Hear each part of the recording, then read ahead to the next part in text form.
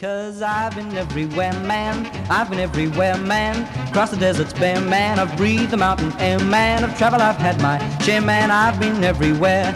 Been to Tullamore, Seymour, Lismore, Mooloolaba, Nambour, Roochdore, Kilmore, Marillaba, Birdsville, Emmaville, Wallabill, Connemara, Connemara, Strathrown, Proserpine, Ulladulla, Darwin, Gingin, Lilliquin, Muckdilla, Wallumbilla, Bougainville, Cumberland, Ramakilla. I've been everywhere. Yes, we've been everywhere, man. And in fact, Rob's got a late breaking item. If you, just before we go to the guest, David Barnes, I've said it before, you are an absolute superstar. He's done it again. He has. Well, funnily enough, David Barnes is going to appear on the I've Been Everywhere podcast representing Geelong. Is he? And representing Kurri is Joe Simpson. And you know what? Joe's on the line. Hello, Joe. Good morning. How you going? Joe, lovely to have you on the Two Blokes Chatting radio show, but there's an obvious question that must be asked at this point. Where the bloody hell is Kurri? Kurri is in the Hunter Valley in New South Wales. And now people who live in towns like that generally say the town's so good it's got to be named twice. Is that right? We have a few of those in the Hunter Valley. Do you? Kurri and Wanji. Newcastle. Cessnock. Now, closest to you, do you have lots of cows and sheep, or do you have lots of coal?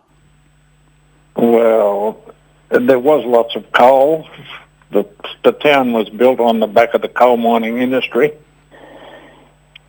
And in terms of agriculture, is there much kicking around the valley these days, or is it mainly based still on coal? Well, further up the valley, Singleton and Muswellbrook is where all the coal is mined now. Yeah. Mostly in big open cut mines. So how far out of Newcastle is Kurri? Pardon? How far out of Newcastle is Kurri? About 24 kilometres. Oh, okay, so it's almost a suburb of Newcastle distance-wise. I recognise it's a separate town, but distance-wise it's quite commutable. Well, Kurri is situated about halfway between Maitland and Cessnock. Okay. So it'd be no trouble at all if you were going to do the shopping. You'd duck into Newcastle. Newcastle. Newcastle. Oh, okay, whatever. Rob doesn't quite know how to pronounce towns. He thinks yours is called Kurri. Now, Joe, tell me something about the landscape, the environment up there. I've never been there, but people tell me the Hunter Valley is beautiful, lovely scenery. From where you sit, an open-cut coal mine compared to rolling hills with cows and sheep on it, what's the scenery like?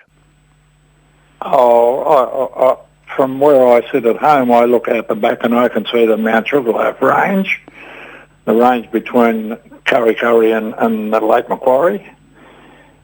That's the only high area around here until you get out up towards the Barrington tops further north. It's quite weird that the Hunter Valley doesn't have many mountains, Rob. Well done you. Further up the valley there are some. Yeah, and if you ask most folks from this part of the world to play word association, Hunter Valley, the first thing they say is wine. How are the wineries in your part of the world? Are you close to the wineries in Kurri? Well, the closest wineries are about 12 to 15 minutes away from Kurri. So a good half-hour walk and a 3-hour walk home. Maybe, yes. About 140 wineries in the area. Excellent. Yes, I must confess I may or may not have been to one or two of them along the way and tested some of their work, and generally speaking, they're pretty good. Oh, yeah, they've got a name around the country as for good wine. Do you enjoy a wine of an evening, Joe? I don't drink the stuff. Yeah. Good lad. Neither does Rob, but I touch it. So the town of Kurri itself, how big is the town? How big is it in population? Yeah. Between 8,000 and 9,000. Okay, so it's pretty sizable. Yeah, it's not a little village. We have 3 or 4 other villages surrounding us. Yeah, well, you don't need to go to Newcastle to do the shopping. You can do it in Kurri. Or even in Newcastle.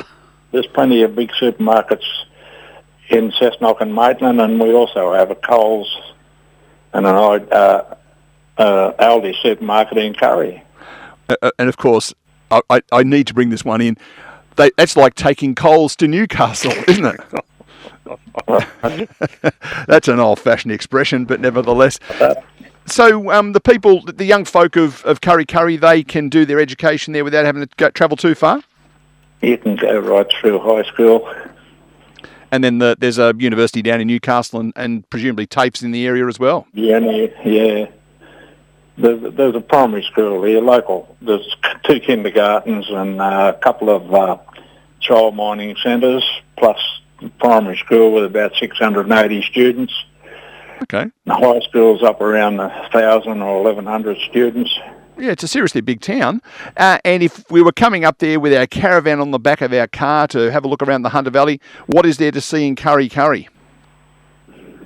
We have an RV stop here. Mm-hmm. A council-operated RV stop where you can pull in and stop at the caravan area behind the sports ground. Yep. A local dump site for people that need to use their Surge and stuff. caravans. Yeah. Well, if it was me and I was moving to Kurri, I reckon I would open an Indian food restaurant and I would call it Kurri. There isn't one there, I'm assuming. There should be. We already have a food shop up at the town called Kurri. Oh, do you? Okay. Oh, bummer. I'm out of luck with that one.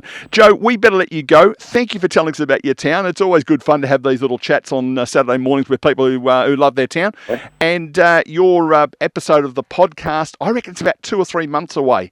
But I will be sending out an email to you and all the others over the weekend to tell you more. Okay, yes. Good on you. Thanks, Joe. We'll talk again another time.